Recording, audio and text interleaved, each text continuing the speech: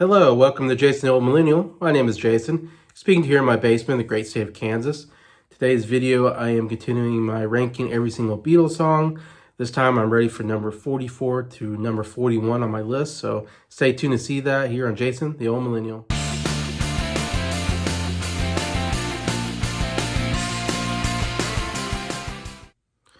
Hello everybody, hope everybody's doing well here on a Wednesday evening.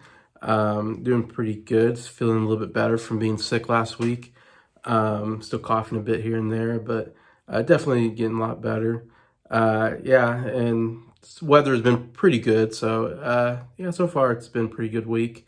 Hope everybody's doing well wherever you're at, and bring you again another ranking 4 more songs in the ranking every Beatles song. Starting to get up there quite a bit. These are all just absolute banger songs. I mean, some of the biggest songs in their discography, or whatever you want to call it. And these are some early songs. What I got here today, some of their huge earlier hits, I would say. Anyway, so yeah, so I think everybody will enjoy this. Number 44, I have And I Love Her, which is a song that came off of the Hard Day's Night album and was featured in the movie itself. In the movie, there's a part where they're rehearsing for this big kind of live concert taped, on TV, kind of like an Ed Sullivan show. And during rehearsal, Paul has his acoustic guitar, and it's mainly just him out there with the spotlight on him, if I remember right, and him singing the song "And I Love Her." And of course, George is doing the second acoustic part, the dun dun dun dun, the little picking part, which is really cool during like the second part of the verse. Man, this is such a great ballad from the Beatles and from Paul McCartney. In fact, this is one of the first kind of real ballads that Paul McCartney did with the Beatles, because we're talking Hard Day's Night. This is their third album, so in 1964, so really early in the Beatles' career. And if you see any interviews with like Paul, he'll say they really saw themselves as a rock band, and they did really want to do, kind of more of these ballad type stuff. It seemed kind of like, not cool, I guess. But then, of course, they went into the ballads here, and Paul McCartney is known for writing some of the greatest ballads of all time. I mean, with Yesterday, Let It Be, Here, There, and Everywhere, Blackbird. I mean, so that's definitely going to be his thing going on. But this is a great early ballad for Paul. Love the acoustic guitar on here. Love his vocals, are absolutely amazing. Has almost kind of a sad sound to it. Kind of a toned down song. It has a really interesting sound. I really enjoy it. And this is a song that Paul, he wrote it just because he wanted to try to write a song from mid-sentence, because it's "And I Love Her." So it's not the beginning of a sentence, I guess you can say, or a sentence in itself, but it's kind of in the middle of the end of a sentence probably. And so it's like he just kind of got this idea of like wanting to try something different, I guess. Let's try a song in mid-sentence, which something, Paul and John were doing, because they're writing so many songs that they were just coming up with ideas like, hey, let's try this. I've never tried this before. And then they write a big hit song. Like Paul was like, yeah, I've never written a song about, being a book writer. And then he writes Paperback Writer, which was a huge hit. Anyways, or pretty big hit anyways. And so they did a lot of that. So just crazy how good Paul was. He was like, yeah, let me try this. It makes an amazing song. At the time, of course, he was dating Jane Asher, which a lot of these songs are, Jane Asher's got to be the biggest muse for Paul McCartney. He'd written so many love songs and written some sad songs too about his relationship with Jane. It seems like almost more than almost any other girl. I mean, they went out for quite a while and were even engaged at one point, but it didn't work out. And I'll talk about that there's a song coming up on a later date that definitely talks about that, the problems in the relationship. But anyways, but of course he was madly in love with her at this time, as you can tell from the song. And he wrote this at the Asher house, because he stayed a lot with the Jane Asher family, which was a family he really liked, because I think the dad was a doctor, like a famous doctor. He was like a really well-known doctor. And the mom, I think, she did something too, like she might have been a musician as well. Anyways, and Jane Asher's brother, Peter Asher, was also a musician who would go on to be in the Peter and Gordon duo that also made some, some famous music, and, did some albums, and Paul wrote some songs for them as well. But Anyway, so there's lots of cool stuff at that house, and he loved hanging out there. And so this is one of those songs. He wrote a lot of songs while he was there. Anyways, and this is one. I think he maybe even lived with the Ashers, if I remember right. Like they had a room they could rent him or something. Anyway, so, but yeah, this song I mean, it's my favorite song off the Hard Day's Night album. Uh, and I really fell in love with the song when I saw Paul McCartney in concert back in 2017, I think it was.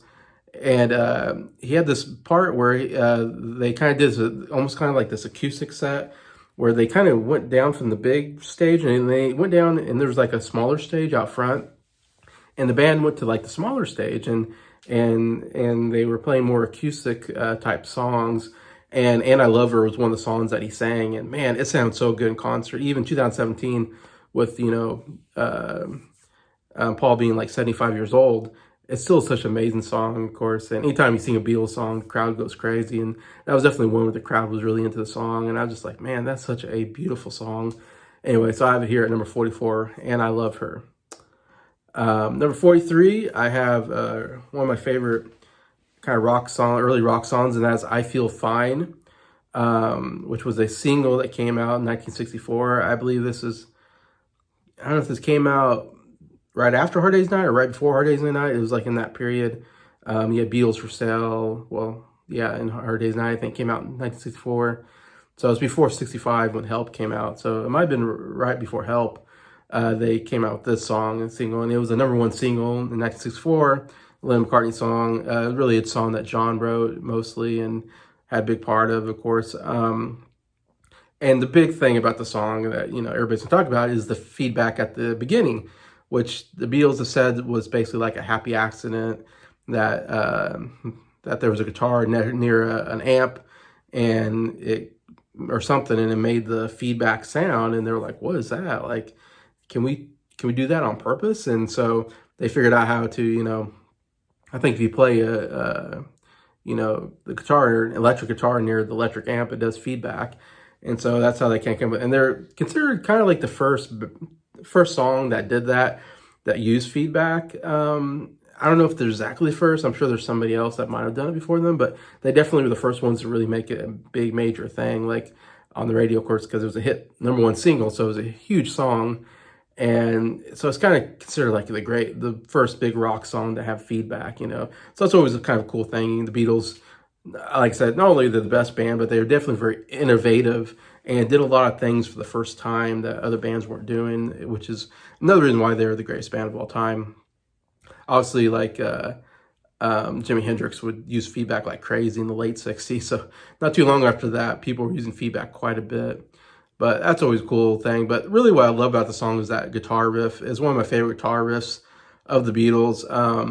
I have a Beatles book that has all the instruments on it or how to play it. Anyways, and I Feel Fine is one of the first songs I kind of learned on the guitar looking through the Beatles books. I absolutely love playing that riff. The dun dun dun dun dun dun dun dun dun dun dun dun dun dun. I mean, it's so good, and I love how they do it in the song because it feels like two guitars playing.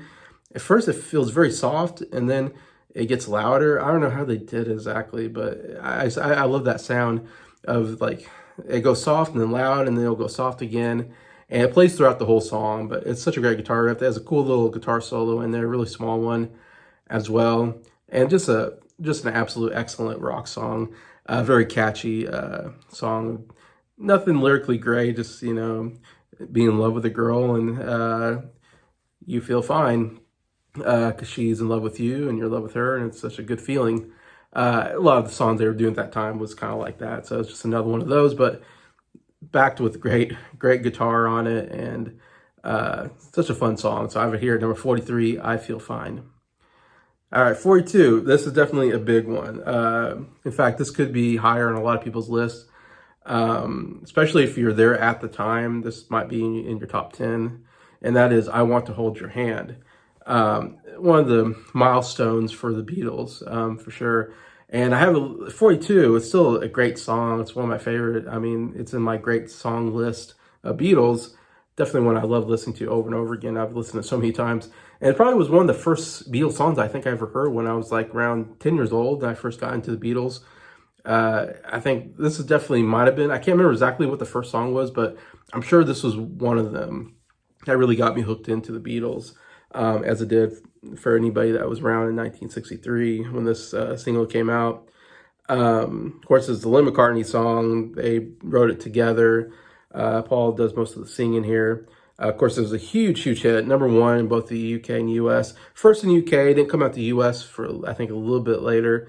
And it was, because it came out, I thought it came out in 63, maybe 64. Anyways, it came out in the United States in 64 because the Beatles were about to go to Ed Sullivan, the U.S. for the first time and do the Ed Sullivan Show back in February of 1964, on February 9th of 1964. And they wanted to have a #1 hit before they did Ed Sullivan Show. And so this, I think the song came out already, but wasn't a #1 hit yet. And then, but when the Beatles were coming, they kind of put it out, I think. And it hit the #1 in the U.S. It's the very first Beatles song to hit #1 in the U.S. So it has that really famous distinction of, if you were, I know if you talk to my dad would put this in his top 10 favorite songs of all time, because he remembers, when he was, 8 years old or whatever, 9 years old in 1964, and hearing this song for the first time, and it just totally changed everybody's lives that were, big on music, and the Beatles just changed everything in the U.S. when this song came out, and then the next song I'm going to talk about also came out. It was huge. Yeah, and everybody, of course, was so crazy about, the Beatles coming to the United States, and the whole Ed Sullivan Show was the biggest ratings, like, in TV history, all that. So, yeah, it's a very monumental song. Yeah, and I don't put it as high because I usually put some of the later songs that are more, of course, I do love a lot of the ballads that Paul sings and some of the good rockers, but mostly a lot of the good ballads I put up there. Some of the songs that were, more intrinsic, and, they did a lot more in the studio, more instrumentations, orchestras or, horns or whatever, and all the, different, tricks that they do in the studio. I do like that, but this is still such a solid song. Really, of course, I said very early. I mean, this is, in the UK, I want to say this is maybe their fourth #1 hit. That they had in the UK. So, I mean, it's very early on, but every song was like a #1 hit that they were putting out that time. But yeah, still, it's a really solid rock song, very innocent. And I said, like, we all got that when I was in school, you wanted to hold hands with the girl that you had a crush on. And so I totally understand, but it's a great innocent song of, being in love and wanting to hold hands, but yeah, it's just a great rock song. Moves really well. It's very good, fast paced somewhat at that time. And the Beatles just sound so great at this time because they really are in sync as a band. Unlike later on, they felt more like solo artists in a band. But this time, they were just a complete band. They all sang together, all the instruments. They're playing their instruments, and they're playing together. And yeah, it's still such a fun song to listen to. Still have it here at #42, I Want to Hold Your Hand. And then I'm going to end this video on #41, which is connected kind of to the last song. I always feel like these are the two first really huge songs for the Beatles. And so #41 is She Loves You. I have just slightly higher than I Want Her Hand. Both are just so monumental, I think, in the Beatles history that you have to love these two songs if you're a Beatles fan because of how huge they are. This came out in 1963 in the UK, went #1. It was the third #1 single for UK. Lynn McCartney, of course, wrote the song together.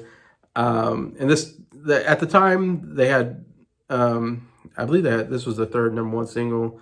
Of course, Please Please Me was the first one. And then I'm forgetting the second one was From Me to You or something like that.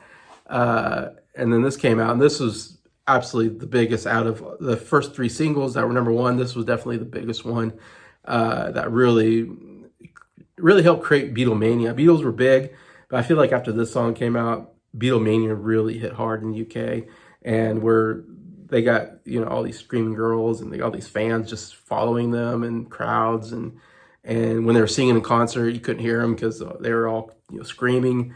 You know, that kind of started around this time of this song. In fact, it's the best-selling single of the 1960s. That's how big the song is. I mean, absolutely humongous. And then it came to the U.S. And again, I don't know why songs coming from the Beatles didn't quite hit right away in the U.S. I don't think the Capitol Record took over yet. So like smaller record companies like VJ was putting out these songs, and they weren't hitting right away. But then when Capitol Record kind of took over and started promoting them in the U.S., then they just went huge, of course. Like I said, I Want to Hold Your Hand was the first #1 single in the U.S. that really put them on there, as they came for Ed Sullivan. She Loves You came really right after that. Even though She Loves You came first in the UK, it hit big right after I Want to Hold Your Hand. It was the second #1 single, I believe, in the U.S. And both of those to me are the biggest, like the two really early big Beatles songs is I Want to Hold Your Hand and She Loves You. I don't know, She Loves You, another just absolutely great rock song. Really fun. Love the drumming on here of the Ringo, and you get the yeah, yeah, yeah, which is something kind of new at the time. I don't think the bands ever did something like that, doing the yeah, yeah, yeah. And some good guitar in there, and you get the ooh, like that was so huge when the Beatles would do the ooh, and then they shake their hair and their head, and their hair would flop because they had floppy hair, and that was like a big deal at the time because nobody wore floppy hair. Everybody had close, very short hair styles usually in that time. So the Beatles had long hair, they had this floppy hair, and so when they would, bounce their head around, the hair would fly, the women would scream and go crazy. Women loved it. Anyway, so that was all part of what made the Beatles great early on. We're talking 1963 here, when the Beatles really started hitting. Anyway, so yeah, it's still such a fun song to listen to. Like I said, I just love the pace of the song, just really good rocker, and yeah, instruments are great. The Beatles are singing together. It's just feels like you're hearing part of history when you listen to the song, and never get tired of it. But yeah, so I have She Loves You, another one that probably should be in like a top 10. If you were around in 1963, you probably like, this is the greatest song ever. But I still have it, I mean, like I said, there's 213 or something Beatles songs. This is number 41 on my list, and that is She Loves You. So yeah, that's the end of my list today. So please feel free to comment. What do you think about these 4 songs? What are your favorite out of here? I love to read the comments, and just thank you to everybody that watches these videos. Thank you for liking them, and thank you to all the subscribers for supporting the channel. I appreciate you all and hope you have a good day.